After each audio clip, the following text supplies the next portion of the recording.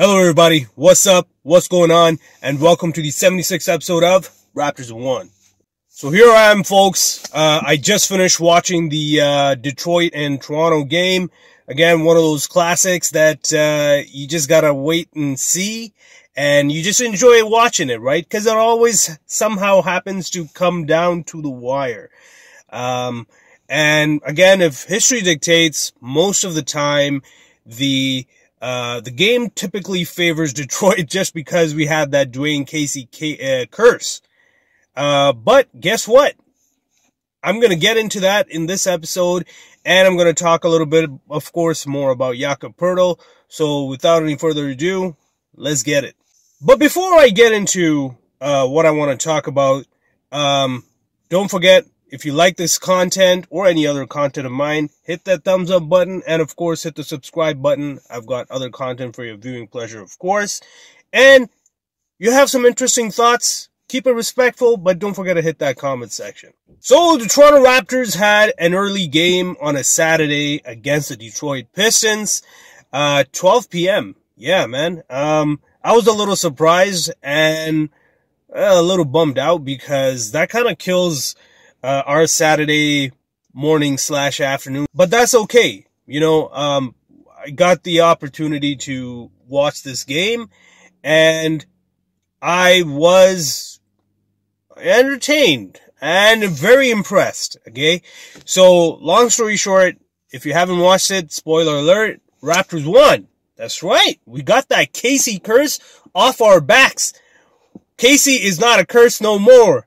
Forget about all that magic, whatever Casey may have had on us, whatever psychological advantage he may have had, we have overcome it. Now, I want to give a special shout out to our two bigs, Pascal and Jakob, because they were the collective peoples of the match. All right.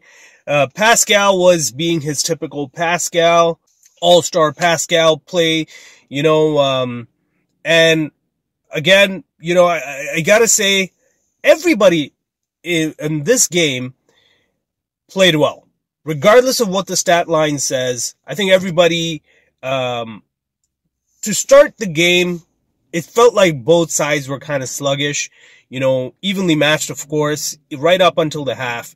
And I think only Pascal had like, decent game up until that point, and well, till the end of the game too. I will say that, but it's this 12 o'clock nonsense on a weekend that kind of, you can tell both sides didn't like that kind of a schedule, but it is what it is, man. That's the NBA. Regardless, this was an away game in Detroit's house, but even though it's an away game in the Detroit's house, it is encouraging and almost funny and entertaining to see that half, I would say roughly half the crowd was supporting Toronto Raptors anyway. We had it, so it was like home away from home, right? But I gotta give a big shout out to the big man, Jakob Poeltl. Again, he was the X factor for this game. If it wasn't for his 14 boards, we ain't winning this game. That's 100% for sure. Oh yeah, doubters, I'm looking at you. I really hope you're watching this video because in, I think, 2 or 3 episodes ago, I had mentioned that I'm going to give Jakob Poeltl 5 games. I have mentioned that. 5 games. 4 out of the 5 games we've won since we have acquired Jakob Poeltl. And in all the games we've had, either it was a close matchup or most of the time, we had the advantage in the rebound department. And what happens when you control the boards, you control the game. And surely enough, that's not the only thing that Jakob Poeltl brings to the table. Of course, there's his IQ that has immensely improved since he's been a Spur.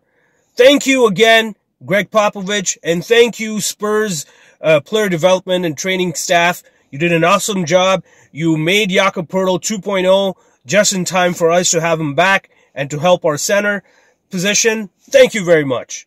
And I don't mean it in a sarcastic way. Very much appreciated. And his defensive intensity as well is amazing. The way he sets his picks. Again, I've already mentioned all these things, but sometimes y'all need a little reminder because, just because we didn't make a big splash on the trade deadline, all of a sudden it's like, oh man, are we tanking or are we not? We made a move for Jakob Poeltl, but again, did we make it just because we needed to make a move? No, man. Again, you gotta trust Masai. He knows what he's doing. He knows. Of course, even the training staff, the coaching staff, they all know this man. And even the players know this man. And of course, it shows.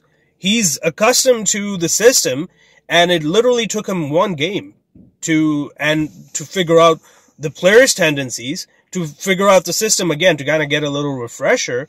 And here we are. We're on a winning streak now. So I think we're trending in the right direction. I'm not going to say that Jakob Poeltl is the answer to all our, offensive, defensive woes or championship aspirations. I don't think he's the only answer. He is one of the answers. And I think it's realistic to admit that this season, I think if we make it, we're definitely a play-in team. But if we make it beyond the play-in tournament, I think that's our ceiling for this season. Yes, there's still the buyout market, but from the way players are being bought out already, and they're already joining some of the playoff contention, some of the championship aspiration teams already, and the way the management has kind of been sleeping on it, I don't think we're getting that,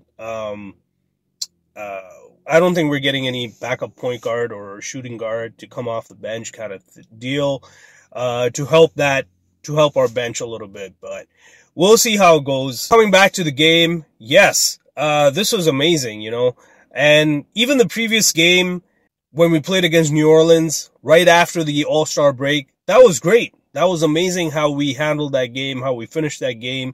And I got to give a shout out to Air Boucher. That's right, baby. That was one of my favorite plays. That actually, two sequences were my favorite sequences in that entire game. One of them being Chris Boucher on the fast break, pretty much jumping just inside of the free throw line, and it was a 2-second hang time and a slam. That was the highlight, okay? And that better make it to the top 10 highlights for the year, I would say.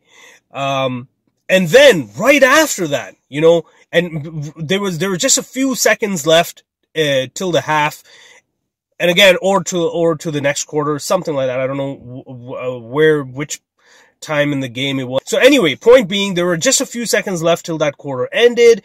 He did not quit. He made that dunk. He did his celebration, but he ran back. He ran back to defend, and he blocked his 3-point attempt with like sound, fundamental defense. Like, it's not his typical, I'm gonna go running at a 3-point shooter and block it, jump and block. No, it was sound. He didn't need to, and that was perfect. That sequence was my favorite sequence in the New Orleans Pelicans game. Now, coming back to the Detroit game, my favorite sequence, I would probably say Pascal. When he had he had actually quite a few moments in that game. My most favorite, I would say, yeah, I remember this one. And I don't know who he crossed over there. Can't remember the player's name, but he had somebody on him, and he kind of, he was going right, and then kind of hezzy with a little step back, and that was it. That little hezzy with a little step back, and the defender was kissing the floor. And then he went for that layup attempt with the foul and one, and then of course completed the and one for that 3-point play. That was definitely the play of the game, at least my play of the game, and that was amazing, man. I mean, that was all-star P skills. Too spicy for the defense, baby. Now, Jakob Poeltl, again, I can't sing any more praises of this guy because he just does what needs to be done to win the game. And that is exactly what we needed him for. Somebody who can fit the role, but who can anchor the defense so that everybody else can do their thing and mark their men. And then, of course, kind of help out the offense as well, by crashing the boards or doing that high-low feed. That's the best part about him, is his IQ and the way he can read the plays and see how the play is developing. He didn't necessarily have that pre-San Antonio. Like, he had a few flashes of it, but now he's more complete. He's gotten more adept at that. I think the next game tomorrow against Cleveland is gonna truly determine Jakob's worth. Just because, and correct me if I'm wrong, but I think Jared Allen is back and he should be playing in the game, if I'm not mistaken.